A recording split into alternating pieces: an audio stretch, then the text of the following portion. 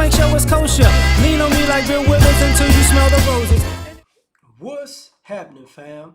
L.A.R. movement still moving. Subscribe or die trying. You see the thumbnail, man. Section 8 gentrification.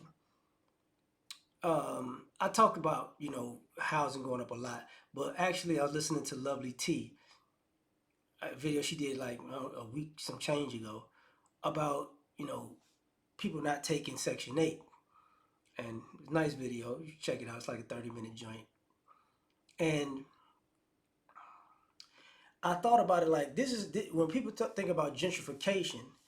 I hate to say it this way, but you know, Section 8 is part of the issue.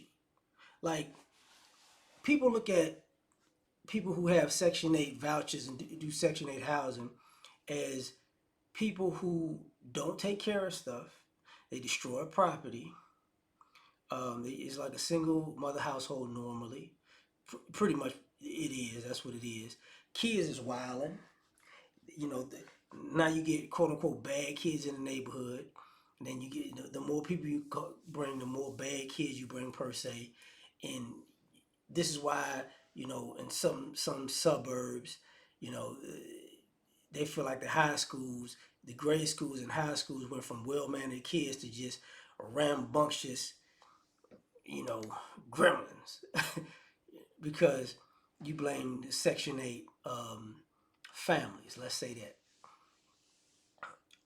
and people have horror stories about renting to people on Section 8, to the point where, people just don't want to do it anymore. They're going to price you out, get you out of there. And part of the other thing is, you know, it looks like a violent atmosphere because the Section 8 atmosphere, you would think, you know, is poor or poorer people living in probably middle class neighborhoods for cheap. You would think they would take advantage of it and let their kids maximize the opportunities, but they don't. Like back in the day, kids used to go to get recruited by high schools, and the high school to move you in the area, and you were basically Section 8.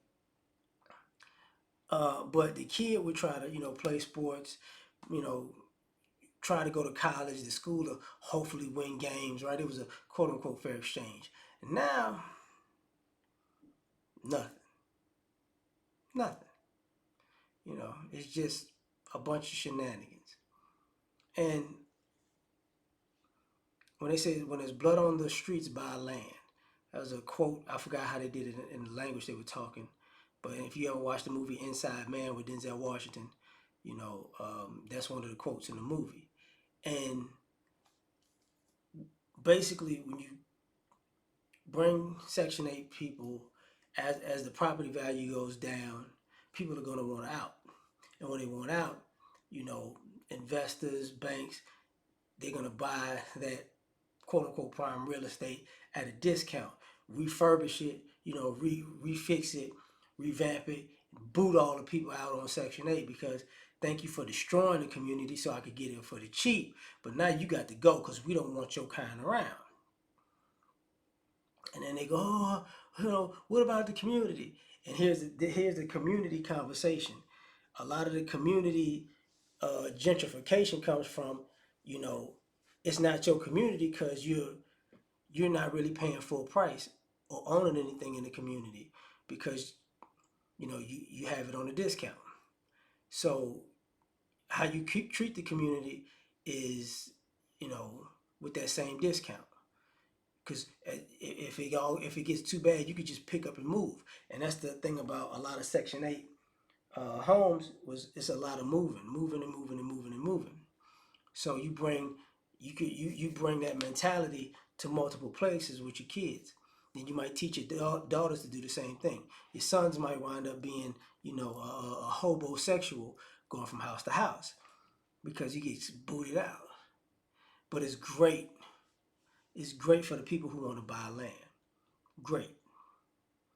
And now you're seeing, when people are talking about no Section 8, accepted or allowed or whatever, people are like, where I'm gonna live? They don't care where you live. For one, you got to live on the other side of town where you don't want to live, in the type of neighborhoods you left. And on top of that, even though y'all don't want to say this, you you're looked at as why you still living off your kid anyway? Because the only reason you got Section 8 is because you got kids. You know, that's what this is. Grow up and stop living off your kids. And if you're gonna live off your kids, at least have them benefit from it. They're not benefiting. So the best benefit we can get is, this house was this neighborhood. The home started at 200,000. We let you Section 8 people move in. Guess what? And now the houses are worth 100 because y'all done so much damage. We could swoop in, get them half price, right? For the half off the landlords who thought they was gonna make a buck, but you screwed them over. You screwed them over, and that's part of the gentrification because you screwed over so many landlords. They don't have land to rent to you anymore. It's just corporations now. You don't think long term. You can't move everywhere. Like it's like a person who breaks the leases. When they have an apartment, I'm out. I'm breaking this lease. You break a lease after about 4 or 5 times of that, you're not gonna have nowhere to stay. Or if you stay somewhere, it's gonna be a dump. And I was in better places than this. Well, you shouldn't have broke the lease, and you'll still be there. So it creates the gentrification that people.